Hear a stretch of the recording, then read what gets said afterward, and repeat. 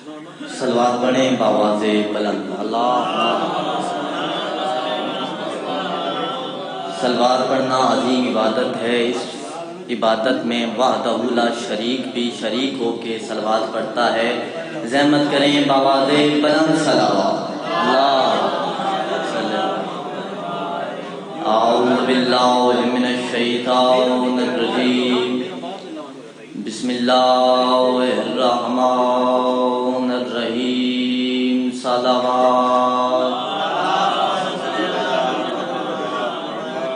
الحمدللہ المتجلی لخلقہ بخلقہ والظاہر لقلوبہم بحجتہ، بآواز بلند صلوات۔ والصلاة والسلام علی اشرف الانبیاء والمرسلین وآلہ الطیبین الطاہرین المعصومین المظلومین، اما بعد فقد بسم اللہ الرحمن الرحیم۔ ربنا انی اسکنت من ذریتی بواد غیر ذی زرع عند بیتک المحرم ربنا لیقیموا الصلاۃ، بآواز بلند صلوات۔ دعا ہے کہ مالک کائنات قبلہ سید علی رضا صاحب کے اس پرخلوص اہتمام کو شرف قبولیت عطا فرمائے، ان کے مال رزق عزت بخش زبان میں تاثیر عطا فرمائے۔ سب سے پہلے ہاتھ جوڑ کے منت کر رہا ہوں، ادھر آ کے بیٹھ جائیں، سارے آ جائیں۔ مجلس کی کیفیت ہوتی ہے، مجلس کی کیفیت ہی نہ رہے تو مجلس نہیں ہوتی۔ آگے آ جائیں، آگے آ جائیں۔ بسم اللہ۔ جملہ میں پڑھنے لگا ہوں بزرگوں کا، اس جملے پہ مجھے پتہ چل جائے گا میں نے کتنا پڑھنا ہے، آپ نے کتنا سننا ہے۔ میں اس بندے کا جملہ پڑھ رہا ہوں جس کے کپڑے بھی ہماری جانوں سے زیادہ قیمتی تھے۔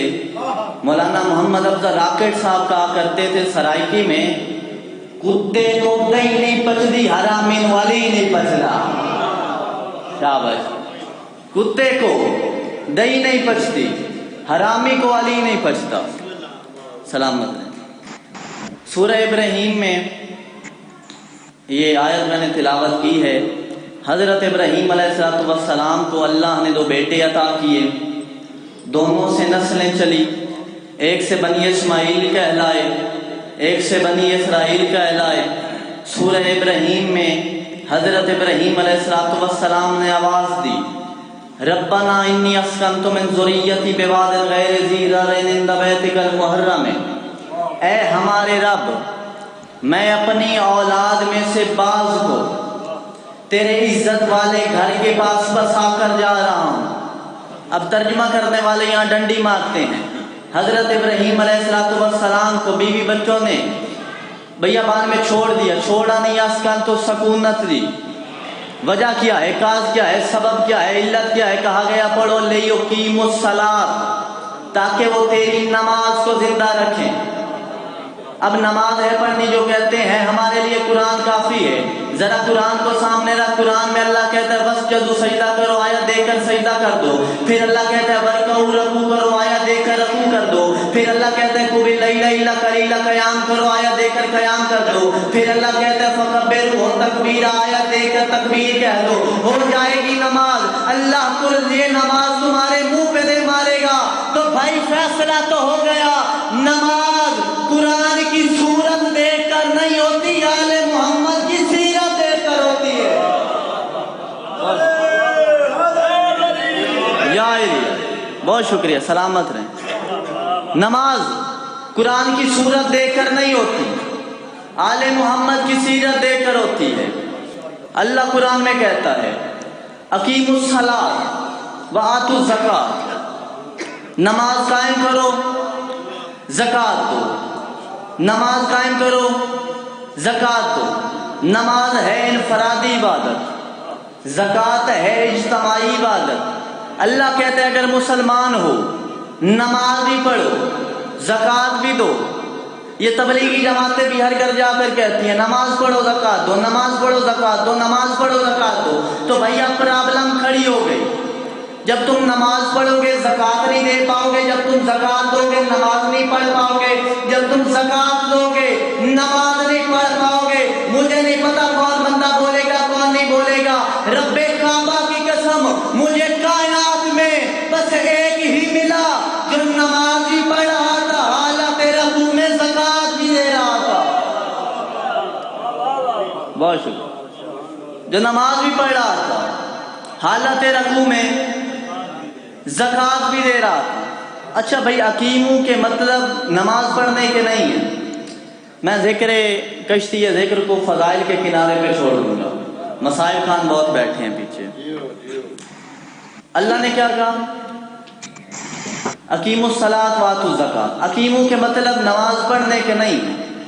نماز پڑھنے کو کیا کہتے ہیں؟ صلی۔ نبی نے فرمایا صلو کما رأیتمونی اصلی، نماز ایسے پڑھو جیسے مجھے پڑھتا ہوا دیکھو۔ اپنی طرف سے 3-5 کرنے کی ضرورت نہیں ہے۔ اب صلو کا مطلب ہے نماز پڑھنا، اقیم نکلا ہے اقامہ سے، اس کا مطلب ہے نماز کو زندہ رکھنا۔ اب اللہ کی ڈیمانڈ ہے نماز کو زندہ رکھنا۔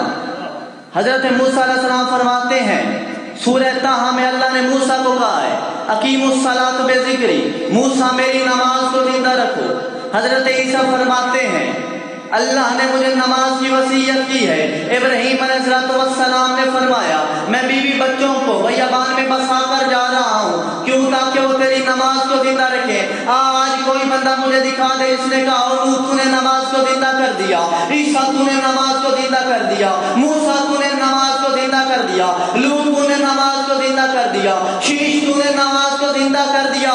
رب کعبہ کی قسم یہ فضیلت ملی ہے تو صرف حسین کے چاہنے والوں کو، یہ فضیلت ملی ہے تو صرف حسین کے چاہنے والوں کو کہ نماز پڑھو، رک کر بلا کا کرو اور کہو حسین لقد جعلت الصلاۃ تنبذ بالحیات، حسین تو نے نماز کو زندہ کر دیا۔ اچھا بھیا، میں نے اس سے بڑے بھاری جملے، اب میں نے مسلمان بھائی سے پوچھا نماز کرتی کیا ہے؟ اس نے بولا سورہ عنکبوت میں آیت ہے ان الصلاۃ تنہی عن الفحشاء والمنکر، نماز برائی کے کاموں سے روکتی ہے۔ جس سے بھی میں ملا اس نے کہا نماز کی وجہ سے میں بچ گیا، نماز نے ہمیں بچا لیا، میں بچ گیا نماز کی وجہ سے۔ تو بھیا تو فیصلہ تو ہو گیا، جو پوری کائنات کو بچائے اسے نماز کہتے ہیں، جو نماز کو بچائے اسے حسین۔ سلام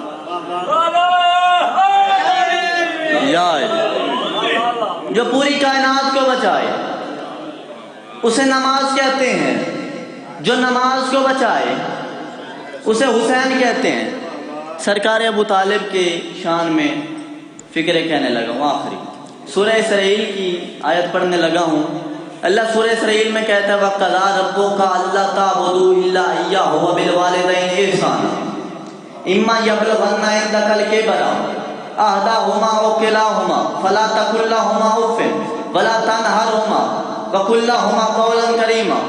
اے ہمارے محمد، ہم نے فیصلہ کر دیا ہے کہ عبادت صرف ہماری ہوگی، اور اپنے والدین کے ساتھ احسان کر، اگر وہ تمہارے پاس ہوں اور ایک یا دونوں بوڑھے ہو جائیں تو ان کے ساتھ مہر و محبت کے ساتھ پیش آؤ، ان کو اف تک نہ کہے۔ الف اور فے 2 لفظوں والا ہو، اس سے چھوٹا کوئی لفظ ہی نہیں ہے۔